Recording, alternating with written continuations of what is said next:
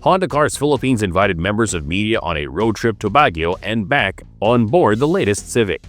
Today we are here in the BGC together with our media friend for the special test drive event of the new Civic, which we officially introduced to the Philippine market the last October at the 9th Philippine International Motor Show. Honda aimed to showcase and let motoring journalists experience not only the hybrid powertrain installed in the Civic RS EHEV, but also the upgraded exterior, interior comfort and convenience features, and enhanced techy features. So we've refreshed the new Civic based on the evolving needs of our customers to ensure that we can continue the Honda brand of fun to drive or sporty DNA. So we have three main changes. So first, for the exterior, we made it more sporty. So if you look at the front bumper, it's more slicker.